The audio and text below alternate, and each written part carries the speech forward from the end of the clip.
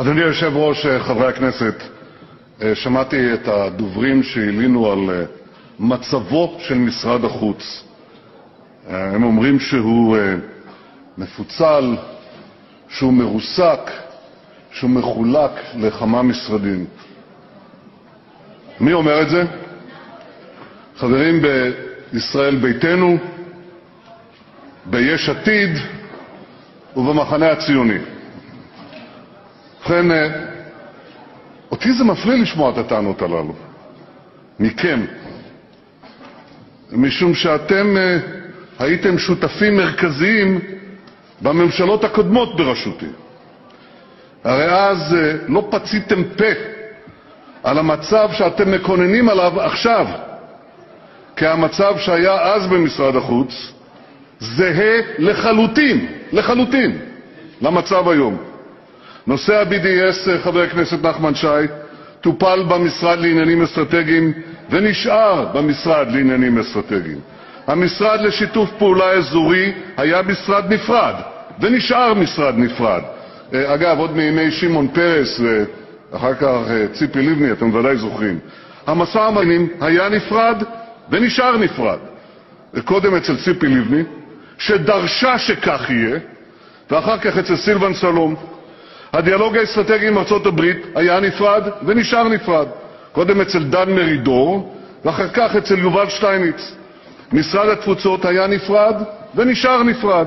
קודם אצל יולי אדלשטיין, ואחר כך אצל נפתלי בנט. משרד ההסברה היה נפרד ונשאר נפרד. ובכן, שום דבר לא השתנה. שום דבר. בזמן שאתם הייתם בממשלות הללו, לא שמעתי מכם אפילו הברה, לא מילה, הברה, על הפירוד והפיצול הזה. להפך, תמכתם בזה, אפילו ביקשתם חלקים מזה. שום דבר לא השתנה, זולת דבר אחד, העובדה שאתם היום באופוזיציה. ומאז שאתם באופוזיציה, אתם מקוננים על ריסוקו כביכול של משרד החוץ, שלא היה ולא נברא. אבל אתם אומרים, יש לכם עוד טענה, שמעתי גם אותה, לפחות אז היה שר חוץ במשרה מלאה. טוב, אפשר להתווכח על זה, אבל על דבר אחד אי אפשר להתווכח. במשך קרוב לשנה אני הייתי שר החוץ, ועשיתי זאת לבקשתו המפורשת של אביגדור ליברמן, שלא רצה שימנה מישהו אחר. וזה נעשה, הסידור הזה, בתמיכה שנה בערך.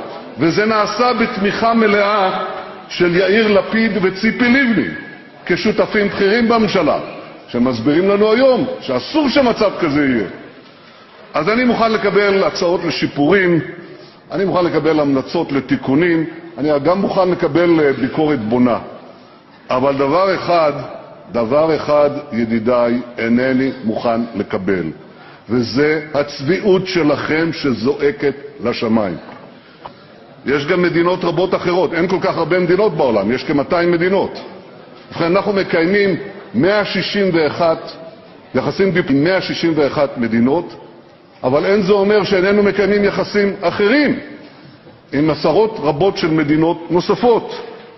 אני יכול לספור ב10 אצבעותיי את מספר המדינות שאינן מקיימות יחסים עם ישראל, ושאנחנו איננו מקיימים יחסים איתם.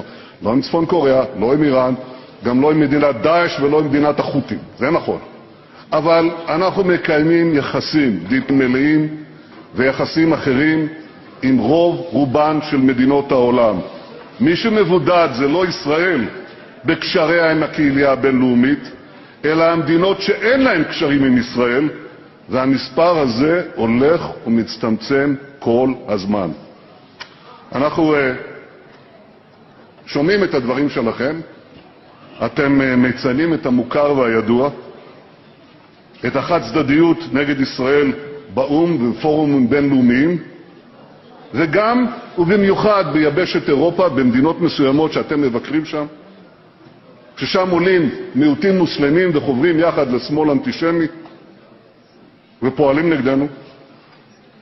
חלק מזה הוא סיפור חדש, אבל חלק מזה הוא סיפור ישן. אני עסקתי בו באו"ם לפני 30 שנה, כשהייתי שם שגריר, וכמה עשרות שנים לפני כן בן גוריון ביטל את העליהום הקבוע על ישראל במוסדות האלה, הוא אמר אום שמום. טוב, אז בזה אין שום חדש. אבל מה שחדש, ואתם מתעלמים מזה לחלוטין, מבטלים את זה כלאחר יד, מה שחדש זו הצמיחה המדהימה של מספר המדינות שבאות אלינו בקצב מדהים במטרה להדק את הקשרים איתנו. אמרתם איזו מדינה קטנה, זוטרה. יש גם כאלה, אבל מעצמות עולמיות בכל התחומים. כך עשינו וכך נמשיך לעשות. אני מודה לראש ממשלת ישראל חבר הכנסת בנימין נתניהו